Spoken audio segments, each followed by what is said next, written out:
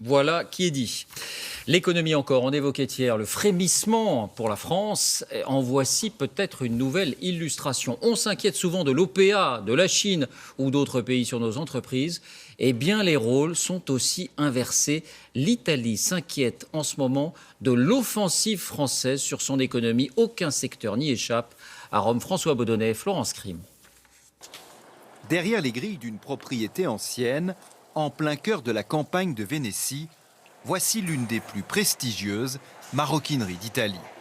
Ces ouvrières, au savoir-faire unique, peuvent mettre jusqu'à une journée entière pour tresser à la main chacun de ces sacs en cuir. Le savoir-faire est italien, mais l'entreprise est en fait française. Elle a été rachetée par un grand groupe de luxe de l'Hexagone. Notre petite entreprise italienne a bénéficié de la manne financière du groupe français. Et c'est ça qui nous a sauvés. Depuis qu'elle est devenue française, la PME artisanale a vu ses ventes exploser.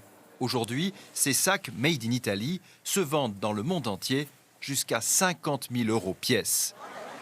Ces dernières années, comme Bottega Veneta, Bulgari, Gucci, mais aussi Fendi, tous ces joyaux de l'industrie italienne du luxe sont tombés dans l'escarcelle de leurs concurrents français.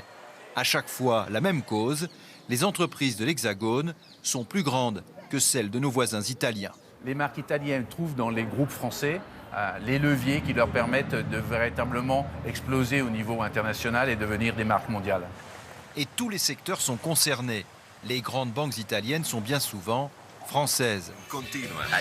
Ces derniers jours, le groupe Vivendi a mis la main sur la télévision à péage de Silvio Berlusconi.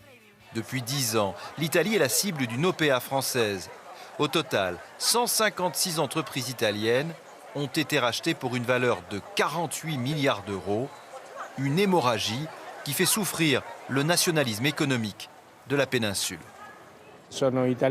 Je suis italien et cette invasion française, ça me déplaît vraiment beaucoup. Les Français sont arrogants. Ils s'installent ici et nous, on perd tout. Et pourtant, les Italiens ont aussi des raisons de se réjouir.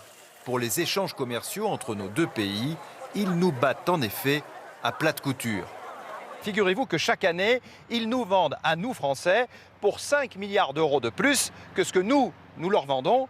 S'il s'agissait d'un match de football, on dirait un partout, balle au centre. À l'étranger encore, la fin toute proche.